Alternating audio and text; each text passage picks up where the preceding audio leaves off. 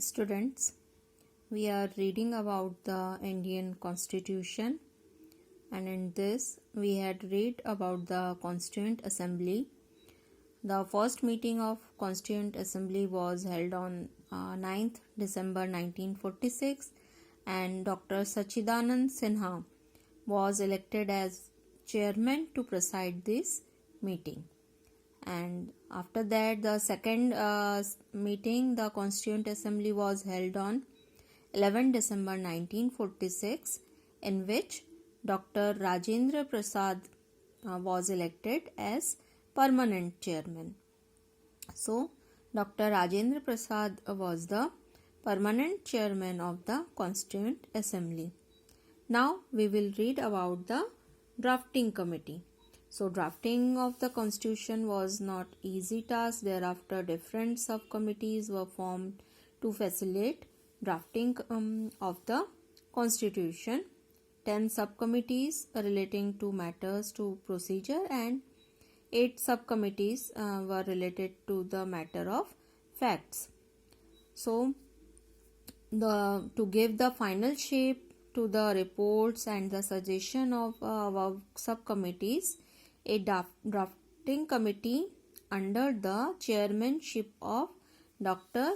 Bhim Rao Ambedkar was formed. So, here is a question for you. The chairman of drafting committee was Dr. Bhim Rao Ambedkar, whereas the chairman of Constituent Assembly was Dr. Rajendra Prasad. And this drafting committee works so quickly, and the draft of the constitution was shaped to the president of submitted to the president of Constituent Assembly on 21st February 1948, and thereafter detailed discussion were held in the Constituent Assembly. We had previously read about it takes about 2 years, 11 months and 18 days to make the constitution. Now we will read preamble of the constitution.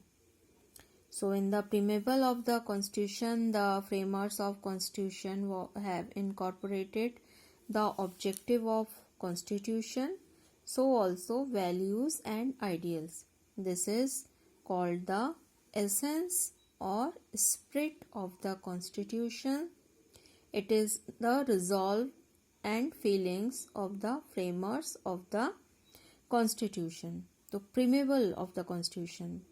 तो preamble means first जो page रहता है या है उसको बोला जाता है, और इसमें जो है कॉन्स्टिट्यूशन के बारे में कि सारे ऑब्जेक्टिव्स, वैल्यूज़, आइडियल्स, इन सारी चीज़ों को डिस्कस किया गया है, और इसी वजह से जो कॉन्स्टिट्यूशन का प्रीमेबल है that is known as the essence or spirit of the constitution. This is the main point.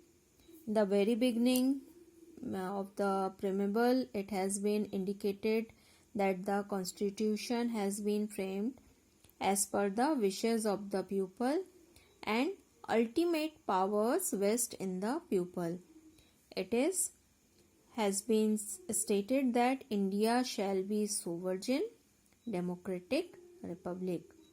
तो प्रीमेबल में ही ये इंडिकेट कर दिया गया है कि जो कॉन्स्टिट्यूशन बनाया है वो किसके अकॉर्डिंग बनाया गया है, according to the wishes of the people, and सारे जो पावर्स हैं वो पावर्स अल्टीमेटली किनके पास है, वो पीपल्स के पास है, और इंडिया एक सोवर्जिन डेमोक्रेटिक रिपब्लिक है.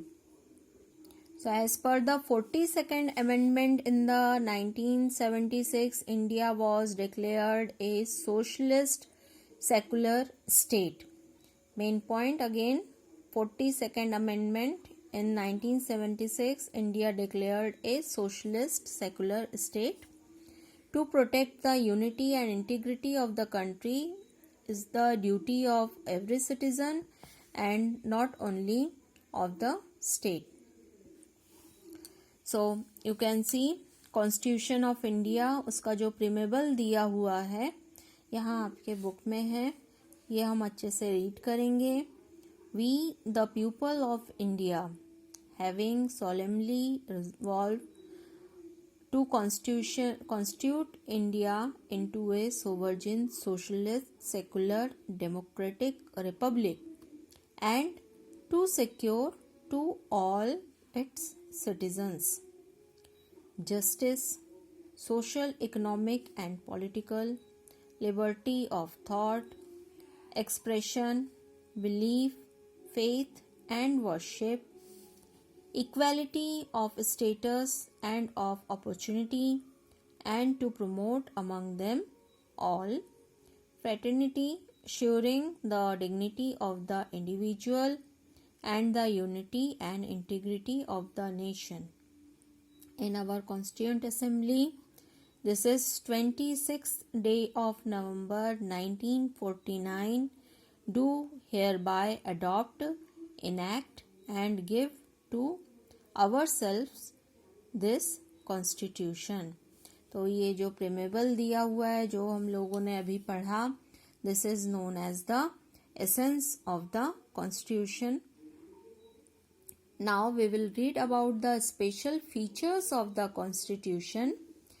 So first feature is written and largest.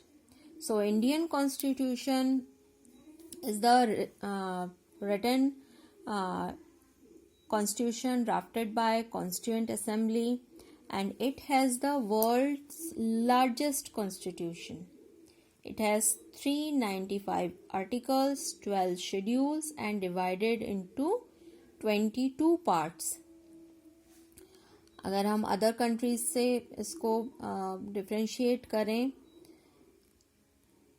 तो वहाँ पे हम देखते हैं 7 articles in American constitution, 147 articles are there in Canadian Constitution, 128 articles in Australian Constitution, but we have 395 articles, 12 schedule divided into 22 parts. So, Indian Constitution is the written and largest constitution of the world. Second one is, it is rigid, so also flexible. So Indian constitution rigid भी है और flexible भी है.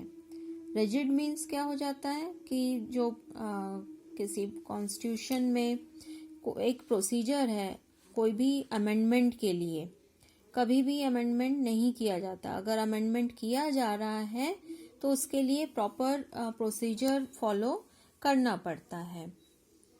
तो कुछ matters पे जो है proper procedure, simple procedure follow करना पड़ता है, बट कुछ मैटर्स हैं जिसमें अमेंडमेंट के लिए, अमेंडमेंट यानी क्या, सुधार करना है या किसी तरह का कोई चेंज करना है, तो it needs special procedure for amendment. There are 3 procedures of amendment in the Indian Constitution.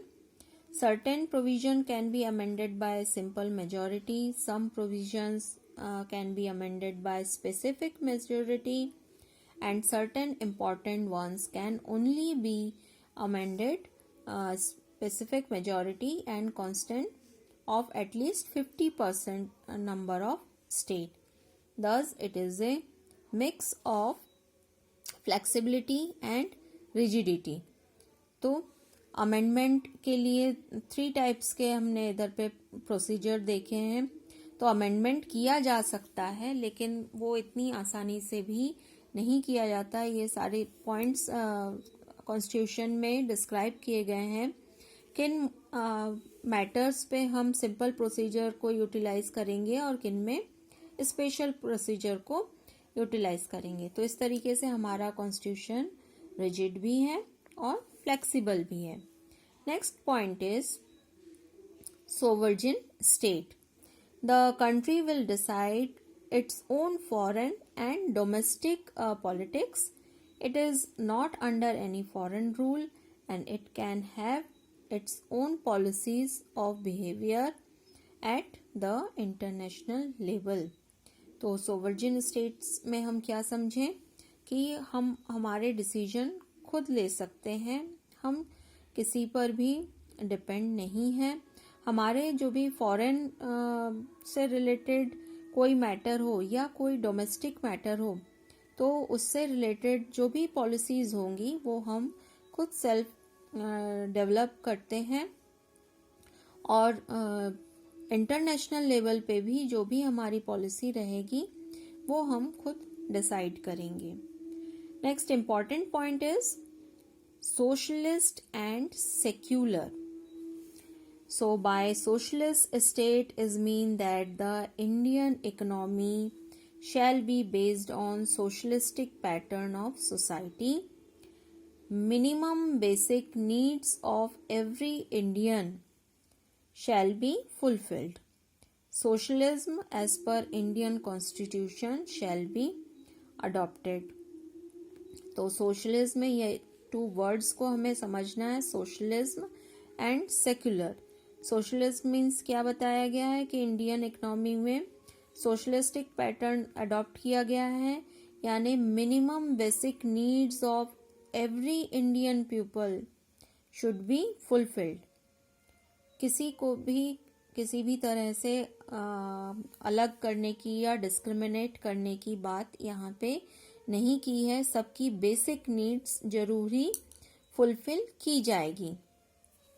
साथ ही साथ the ideal of secularism has been cherished in the constitution. It means that the state shall protect the interest of all religious beliefs but will not have any particular religion as state religion. तो second point जो हम secular पढ़ रहे हैं, secular means क्या है कि India के लिए कोई भी पर्टिकुलर रिलीजन नहीं है और वो सभी रिलीजन को एक समान ही मानता है और सभी को अपने रिलीजियस बिलीफ फॉलो करने की पूरी आज़ादी दी गई है. So every citizen is free to follow its religion and beliefs. Next point is parliamentary form of government. So Indian constitution has accepted parliamentary form of government. Under this system, the powers of executive vest in the council of minister and the president is the titular head. The council of minister follow the principle of combined responsibility. In case of vote of no confidence is passed in parliament, the cabinet minister has to resign. तो parliamentary form of government को हम समझें, यहाँ पे जो total powers हैं, powers of executive, जो working होगा वो कौन करेंगे? काउंसिल ऑफ मिनिस्टर यानी prime minister and his cabinet of minister. But इनके टाइटलर हेड कौन रहेंगे? प्रेसिडेंट. अगर काउंसिल ऑफ मिनिस्टर किसी भी समय नो कॉन्फिडेंस मूवमेंट में फेल हो जाते हैं तो पूरे कैबिनेट ऑफ मिनिस्टर को रिजाइन करना पड़ता है. Next one is federal form of government. So as per the first schedule of constitution, India is a federation of states. Thus federal form of government has been set up. The powers of government are not centralized at one place and are divided in between the center and the state, and both have independence in their respective jurisdiction. तो इस चीज को समझे federal form of government को. तो हमारे यहाँ पे आप देखते हैं 28 स्टेट्स हैं और सेंट्रल गवर्नमेंट भी है. तो ये जो चीज़ें हैं, एक जगह पे कोई भी पावर सेंट्रलाइज नहीं हुआ है. सारे पावर सेंट्रल गवर्नमेंट और स्टेट गवर्नमेंट दोनों के पास डिवाइडेड हैं. Constitution is written and rigid to a considerable extent and it's supreme. And Supreme Court is the protector of the Constitution. This one, the main point you can say. Supreme court कौन है? वो हमारे constitution का protector कहला रहा है. Supreme court has also the power to interrupt the constitutional provision and decide constitutional dispute arising between the center and state. तो कभी भी कोई डिस्प्यूट होता है सेंट्रल गवर्नमेंट और स्टेट गवर्नमेंट में, तो उसके में डिसीजन मेकिंग कौन करते हैं? सुप्रीम कोर्ट करता है. तो फेडरल फॉर्म ऑफ गवर्नमेंट यानी powers which are distributed between the central government and state government. Next one is independent and impartial judiciary. तो जुडिशरी सिस्टम इंडिया में बहुत अच्छा हुआ है और जो इंडियन कॉन्स्टिट्यूशन है उसने हमें फंडामेंटल राइट्स दिए हैं. जुडिशरी का वर्क जो होता है कि जो कॉन्स्टिट्यूशन में बातें कही गई हैं उनको इम्प्लीमेंट करना और साथ ही साथ हमारे फंडामेंटल राइट्स को प्रोटेक्ट करना. So these are the 6 fundamental rights we have: right to equality, right to freedom, right against exploitation, right to freedom of religion, cultural and educational right, right to constitutional remedies. तो suitable provisions बनाए गए हैं. हमारे यहाँ court है और independent judges होते हैं. Judges of Supreme Court are appointed by the President as per the procedure laid down in this regard, but the President does not have the power to remove them. The salary and allowance of the judges cannot be reduced during their tenure in the office. Due to this provision, the judiciary is free from any pressure of the executive. तो यहाँ पे हमने क्या बात पढ़ी कि chief justice of India उनको appoint कौन करते हैं? उनको अपॉइंट हमारे प्रेसिडेंट करते हैं. और जो कई प्रोविजंस दिए गए हैं कि प्रेसिडेंट भी उनको बिना किसी प्रोसीजर के, प्रॉपर एक प्रोसीजर होगा उसके बाद ही उनको उनके पोस्ट से रिमूव कर सकते हैं. और फ्री जुडिशरी है और इसी वजह से जुडिशरी सिस्टम हमारे यहाँ पे जो है वो किसी भी तरह का प्रेशर उस पर नहीं होता है और वो सही डिसीजन मेकिंग कर सकती हैं.